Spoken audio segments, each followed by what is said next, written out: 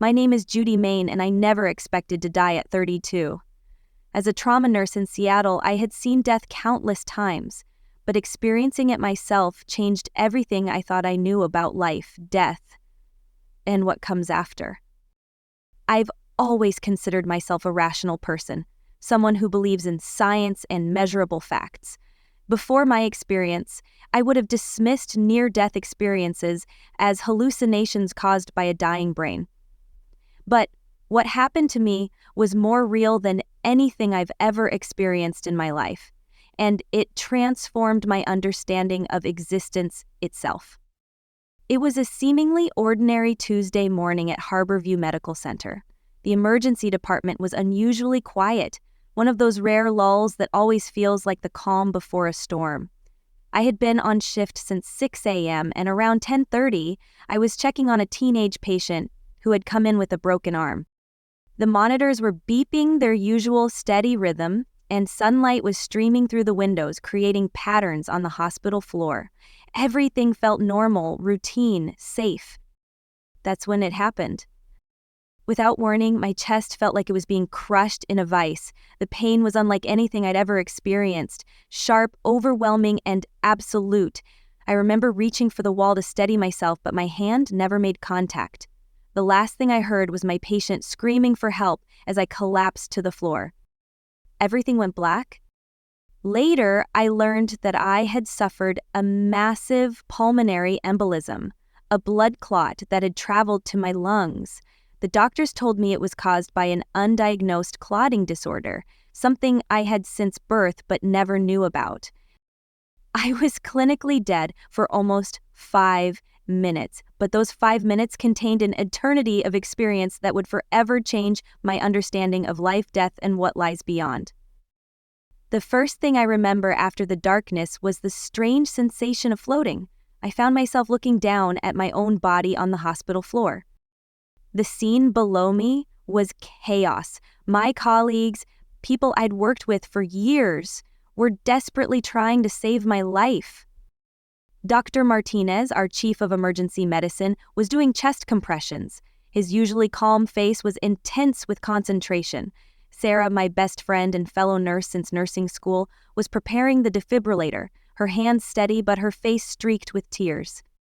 I wanted to tell them I was okay, that the crushing pain was gone, and that I felt an inexplicable peace washing over me, but I couldn't communicate with them. I watched as they worked on my lifeless body, calling out medical terms I'd used countless times myself. Go again, etc. It was surreal watching my own resuscitation, like viewing a medical drama on TV, except I was both the audience and the patient. What struck me most in those moments was the absolute absence of fear. Despite seeing my own lifeless body below, I felt completely at peace. It was as if all the anxiety, stress, and worry that had been constant companions throughout my life had simply evaporated. I was filled with a profound sense of rightness, of being exactly where I needed to be. Then, everything shifted. I felt myself being drawn away from the hospital room, pulled into what seemed like a tunnel of light. The movement was incredibly fast, faster than anything I'd ever experienced, yet it felt completely natural. The light grew brighter and brighter, but it didn't hurt my eyes. Instead, it felt warm and welcoming, like coming home after a long journey. As I moved through this tunnel of light, I began to notice something extraordinary. My consciousness was expanding. Thoughts became clearer, more profound. I could suddenly understand things that had always puzzled me in life. It was as if I'd been seeing everything through a foggy window before, and now the window had been wiped clean. When I emerged from the tunnel, I found myself in a realm that defies earthly description. The colors were unlike anything I'd ever seen before, colors that don't exist in our physical world. The air itself seemed alive with music, a harmony so beautiful it brought tears to my eyes. But these weren't physical tears. I realized I no longer had a physical body. Instead, I existed as pure consciousness, pure awareness. That's when I saw him. Jesus stood before me, but not as he's typically portrayed in religious art. His presence was simultaneously overwhelming and intimately familiar.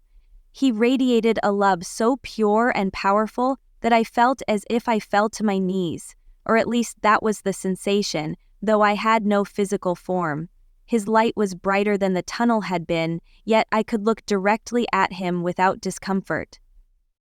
His eyes held all the wisdom of the universe, but also an infinite compassion that made me feel completely known and completely loved. "Judy," he said, helping me to my feet, "there's something you need to see." His voice wasn't physical, it was more like pure thought being transmitted directly into my consciousness.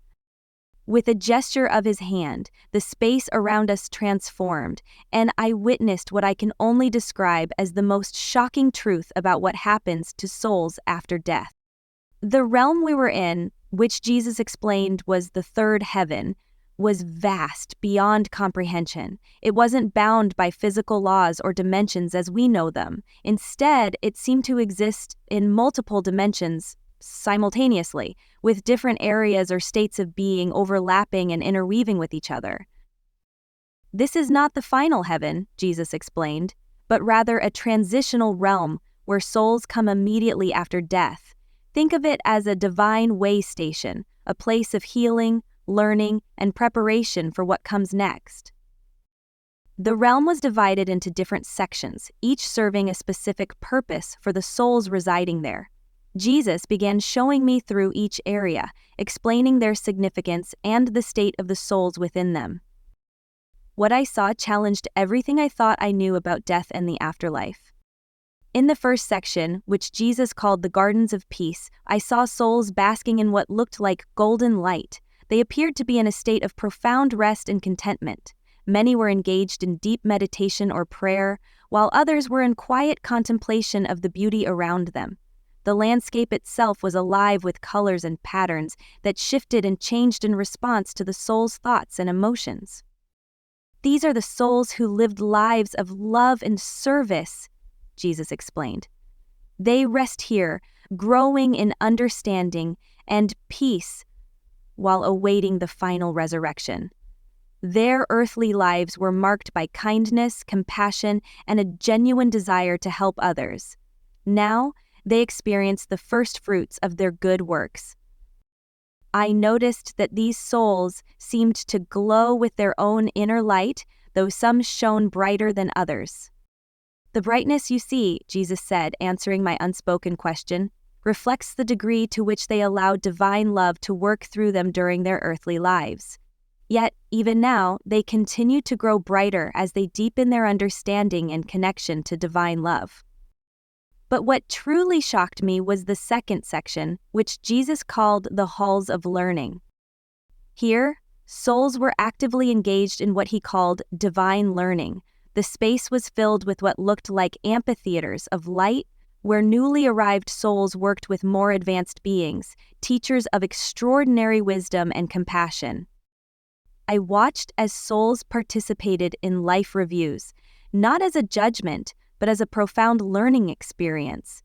They were able to see every action they had taken during their earthly lives, not just from their own perspective, but from the perspective of everyone their actions had affected. Every kind word, every selfless act, every moment of love sent ripples of light through the cosmos. Conversely, every harsh word, every selfish action, every moment of cruelty created ripples of darkness. "This is not about punishment," Jesus emphasized, seeing my concern for souls witnessing their mistakes. "It's about understanding and growth. Every soul must see and understand the true impact of their choices to evolve and move forward." In one particularly moving scene, I watched a soul reviewing a moment when they had shown kindness to a stranger, giving some money to a homeless person. In the review, they could see how that single act had not only helped the recipient buy food that day, but had restored their faith in humanity. This restored faith had led them to seek help, eventually turning their life around and going on to help others. The ripple effects of that one kind act had influenced hundreds of lives over time. Conversely, I saw souls learning from their mistakes. One soul was reviewing a moment of anger where they had spoken cruelly to their child. They experienced not only their child's immediate pain, but saw how that moment had created a wound that affected their child's relationships and self-worth throughout their life. Yet, even this difficult review was surrounded by love and understanding. The teachers helped the soul understand the root of their anger and how to heal both themselves and, from this realm, help heal those they had hurt. In another area of this realm, I saw something that brought tears to my eyes, though again, they weren't physical tears. Souls were working together to help those still on earth. These are what humans often call guardian angels, Jesus explained. Many are souls who have chosen to stay in this realm to help guide and protect those still living. I recognized my grandmother among them, looking exactly as she did in her prime, vibrant, full of life and love. She smiled at me, and suddenly I was flooded with understanding of how she had been helping to guide our family since her passing. She showed me countless moments where she had been present, sending love, guidance, and protection. I saw her comforting my mother during her battle with cancer, standing beside my brother during his wedding, and even helping to guide my hands during particularly difficult moments in the emergency room. Every prayer is heard, my grandmother told me, her thoughts flowing directly into my consciousness. Every moment of need is known. We can't always prevent difficulties because challenges are necessary for growth, but we can send love, strength, and guidance. Sometimes we can even help prevent accidents or guide people to make better choices, though we must always respect free will. The most eye-opening part was witnessing what Jesus called the healing chambers. These weren't physical rooms, but rather states of being where souls who had carried deep wounds from their earthly lives, trauma, addiction, anger, or fear, were being gently healed by beings of pure light. This is what human religions often misunderstand, Jesus said. No soul is ever beyond redemption.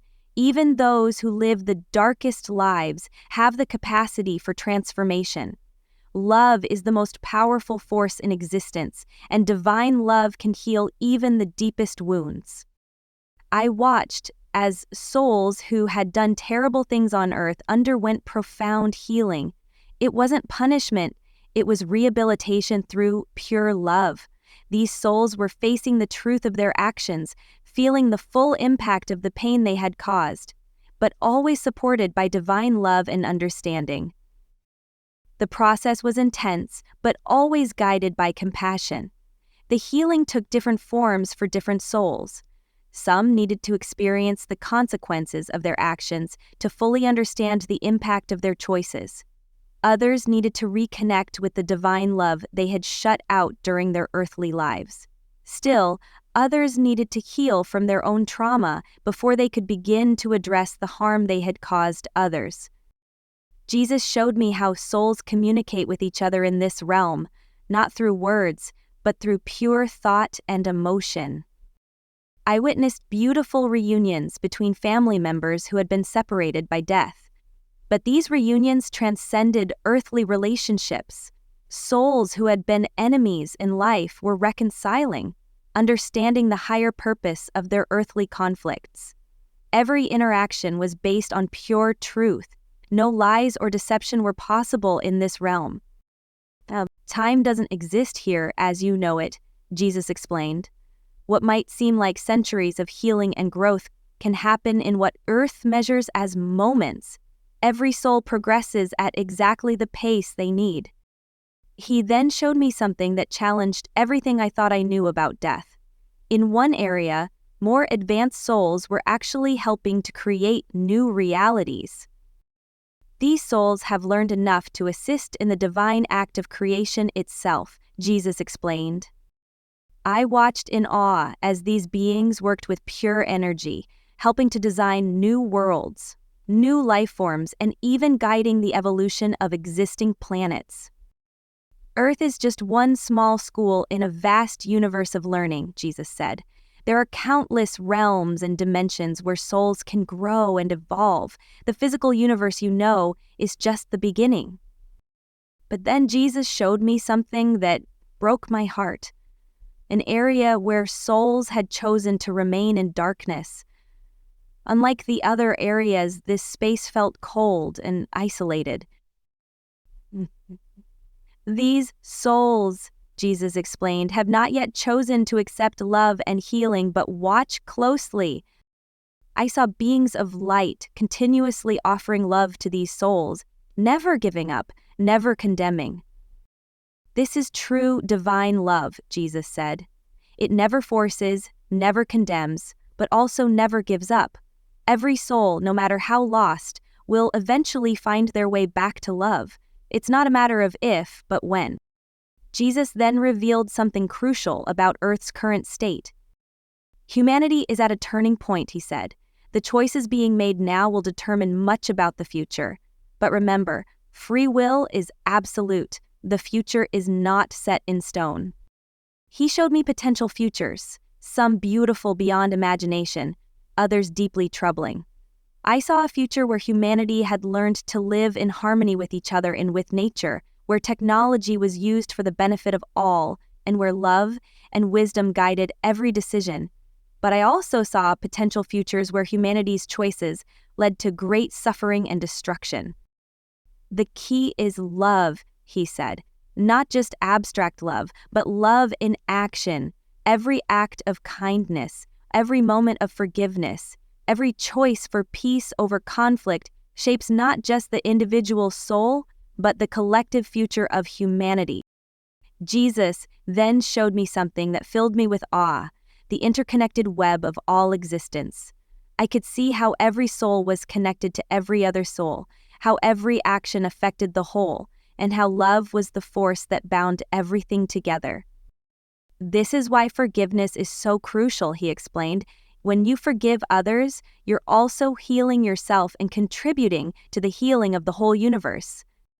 I saw how prayers and loving thoughts created actual patterns of light that affected the physical world. I watched as people on Earth sent prayers for their loved ones and saw how these prayers were received and answered by beings of light. Sometimes the answers came in unexpected ways, but no sincere prayer went unanswered. When Jesus told me it wasn't my time yet, he gave me a mission.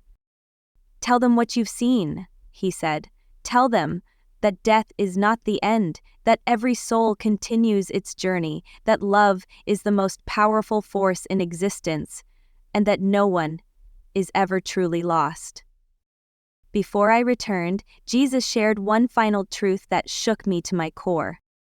The greatest illusion is the illusion of separation, he said.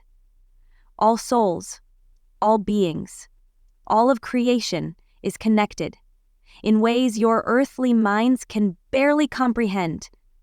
The love you give to others, you give to yourself. The harm you do to others, you do to yourself.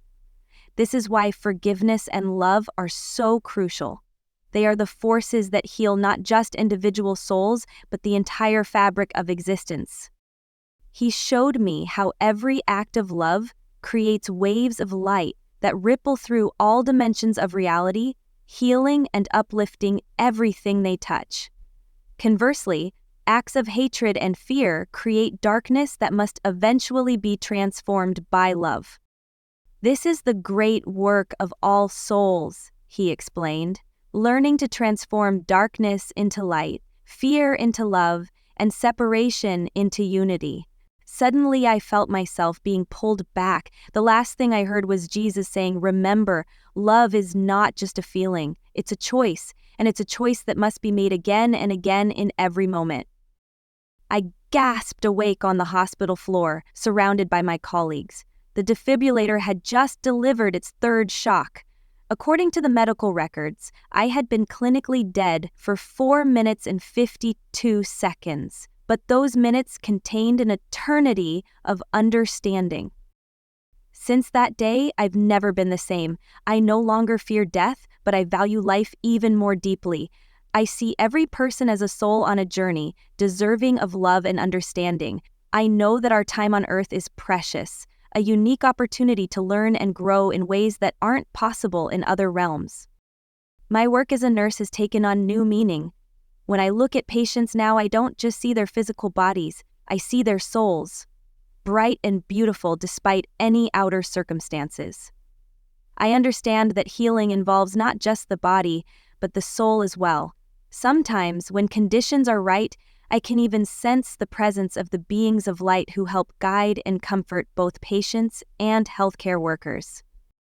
The most important truth I learned is this: what dead people are doing right now is far more beautiful and purposeful than most of us imagine. They're not just resting in peace, they're actively growing, learning, healing, and even helping to shape the future of existence itself. And the love that connects all souls never dies. It only grows stronger as we progress through the different realms of existence. I share this story not to convince anyone of a particular religious view, but to offer hope and understanding about the journey we're all on. Whether you believe my experience or not, I hope you can take away this essential truth. Love is the force that moves the universe, and every act of love, no matter how small, ripples through eternity. The dead are not gone, they're more alive than ever, participating in a grand process of cosmic evolution that we can barely comprehend from our earthly perspective. And one day, we'll all understand this truth for ourselves. Until then, our task is simple but profound: to learn to love more deeply, forgive more readily, and live more fully, knowing that every choice we make shapes not just our own soul's journey, but the journey of all creation itself.